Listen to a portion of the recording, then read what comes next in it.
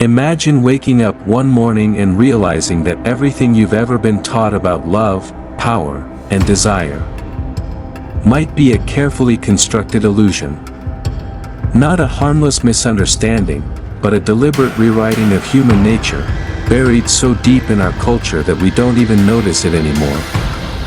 We're told love is about romance, about mutual respect, about being the right person. Power. That's for politics, business, or the lucky few. Desire. Oh, that's private, something polite society only whispers about. But what if I told you? 2,500 years ago, someone shattered these illusions in front of a crowd, and it was so revolutionary, so dangerous, that it's been twisted, softened, and hidden ever since. This isn't about red pills, dating tactics, or manipulation games. This is about an ancient conversation, one so subversive, the man who sparked it would spend the rest of his life being watched, judged, and ultimately executed. His name was Socrates, but not the sanitized, high school textbook Socrates you might know. This was a man who dared to question the foundations of love itself, not as a feeling, but as a force. He believed love could be the ultimate engine of human greatness.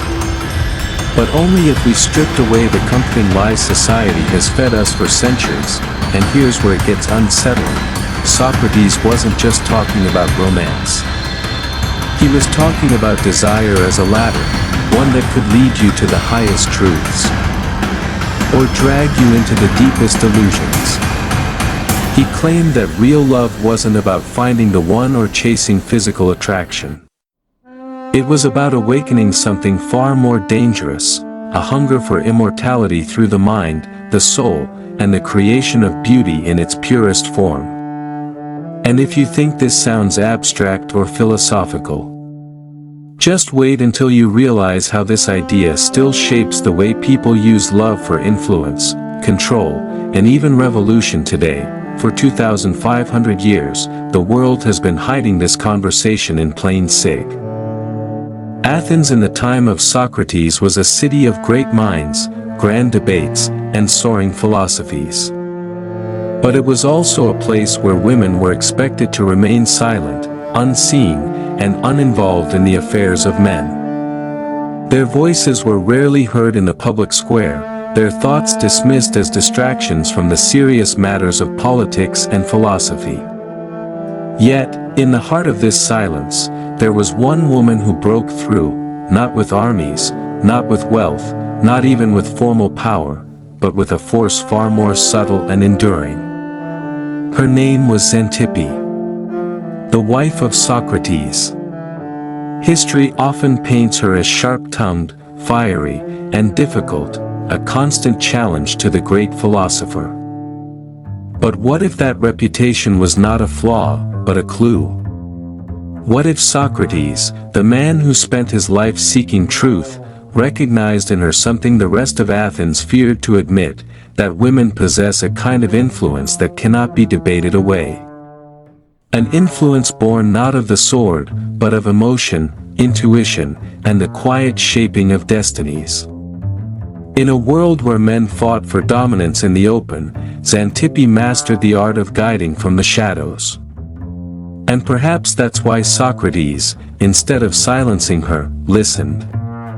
Because he understood, the greatest power is not always the one that speaks the loudest, but the one that changes the course of history without ever stepping onto the battlefield.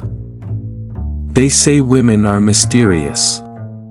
But what if that mystery is nothing more than our blindness to the game that's been playing out right under our noses for thousands of years?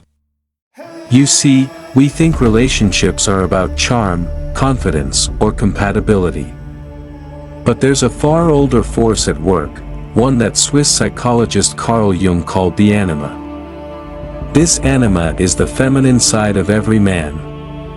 It's not just some poetic metaphor, it's a living, breathing presence in your subconscious. And here's the dangerous truth: if you ignore it, it controls you. It shapes your desires, your choices, even the women you're drawn to, without you ever realizing it. Think about the last time you fell hard for someone. Was it really her you were falling for? Or was it the reflection of your own hidden anima pulling the strings? The problem is, most men never see it. They project this idealized inner feminine onto real women, chasing a fantasy that no one in the real world could ever live up to. And when she doesn't fit the image, the relationship cracks. And they think it's her fault. But here's where it gets fascinating. If you acknowledge the anima, if you understand her voice and stop confusing her with the women in your life, something radical happens. You stop being controlled. You see women not as mysterious puzzles, but as real, complex human beings. And you gain a kind of freedom most men never even know exists. So, are you ready to meet the woman inside your own mind, the one who's been influencing every romantic move you've ever made? Because once you see her, you can't unsee her. Imagine walking into a hidden chamber, a place the ancient mystery schools guarded for centuries. The walls are lined with symbols, torches flicker, and a single lesson echoes through the air like a secret only the wise could hear. To love a woman, you must first let her destroy you. Not in the way your mind fears, not with pain or cruelty, but by tearing apart the parts of you that were never truly you. The mask you wear to impress. The ego that clings to validation. The performer who is always on, afraid to be seen in his raw, unpolished truth. These schools taught that until a man allows this death of the false self, he will never touch the essence of real intimacy. Because a woman, in her deepest nature, doesn't connect with the act you put on, she connects with the man beneath, the one who dares to be vulnerable, exposed, and unarmored. It's not weakness. It's the courage to be dismantled so something stronger and more authentic can be born. And here's the paradox: when you surrender that performance, you don't lose your power, you reclaim it. In the end, the greatest love is not found by protecting yourself from being destroyed, but by allowing the right person to strip away everything that isn't real, so that the man who remains is finally worth loving. Imagine this: you've spent years trying to impress women, working harder, making more money, building the perfect image, believing that performance is the key to connection. But what if I told you, it's not your performance they're looking for at all? Women don't crave the show you put on, the trophies you collect, or the script you've rehearsed. What they truly want is your presence. Not your money, but your depth. Not the mask, but the man underneath it. And here's the truth that will shake the foundations of everything you thought you knew about attraction: the feminine isn't your opponent in life's game, it's your mirror. Every reaction, every spark, every moment of tension is a reflection of who you are inside. When you see her as an adversary, you miss the point.